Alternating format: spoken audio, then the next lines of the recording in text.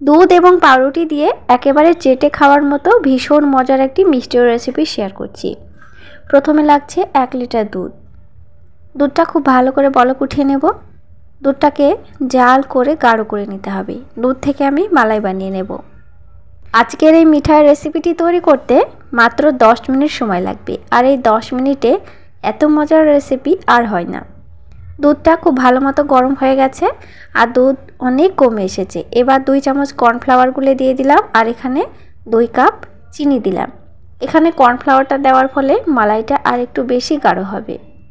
মালাই ready হয়ে গেছে, এক সাইড করে রেখে দিয়েছি। এখানে আছে স্লাইস পাউরুটি, 5 থেকে 6 পিস নিলেই চলবে।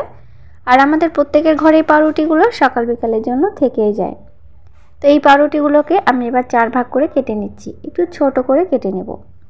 আর পাউরুটির চারিদিকে যে শক্ত অংশটা আছে সেটা কেটে বাদ দেওয়াই ভালো। সবকটা পাউরুটি কাটা হয়ে গেছে। আধা কাপ ঘি নিয়েছি।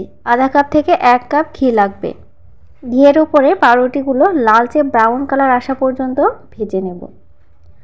এই পর্যায়ে গ্যাসের ফ্লেমটা কখনোই তোমরা বাড়াতে যাবে না। গ্যাসের ফ্লেম বাড়িয়ে দিলে পাউরুটিগুলো পুড়ে যাবে। খুব তাড়াতাড়ি পাউরুটিগুলো ভাজাও হয়ে যায়। সবকটা পাউরুটি ভাজা হয়ে গেছে, আর দেখো ঘিটা কিন্তু শুকিয়ে গেছে। আর এটা সাদা তেলের ওপরে ফ্রাই করা যাবে, তবে ঘিয়ের ওপরে ফ্রাই করলে টেস্ট ভালো আসবে। সবকটা পাউরুটি ভাজা হয়ে গেছে। আমি খুব পুড়িয়ে কিন্তু এটাকে ফ্রাই করিনি।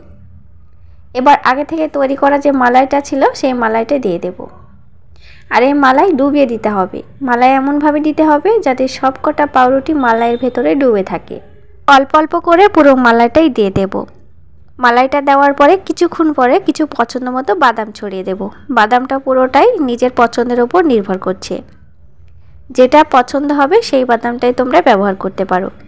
এরপর নর্মাল ফ্রিজে বা ডিপ ফ্রিজে 5 থেকে 7 মিনিট রেখে দিলেই খাওয়ার জন্য রেডি হয়ে যাবে।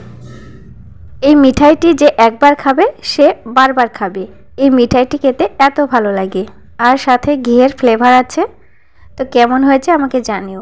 দেখো কত সুন্দর হয়েছে, আর পুরোটাই কিন্তু এখন ভিজে গেছে মালাই। ভিডিওটি আর বড় করলাম না, ছোট্ট একটি ভিডিও তোমাদের সাথে শেয়ার করে দিলাম। আশা করি ঝটপট কিছু খেতে ইচ্ছা হলে 2 থেকে 3টে উপকরণ দিয়ে বানিয়ে নিতে পারবে। কেমন হয়েছে জানিও, আর ভিডিওটি ভালো লাগলে চ্যানেলটি সাবস্ক্রাইব করে দিয়ে আমার সাথে থেকো। Thank you.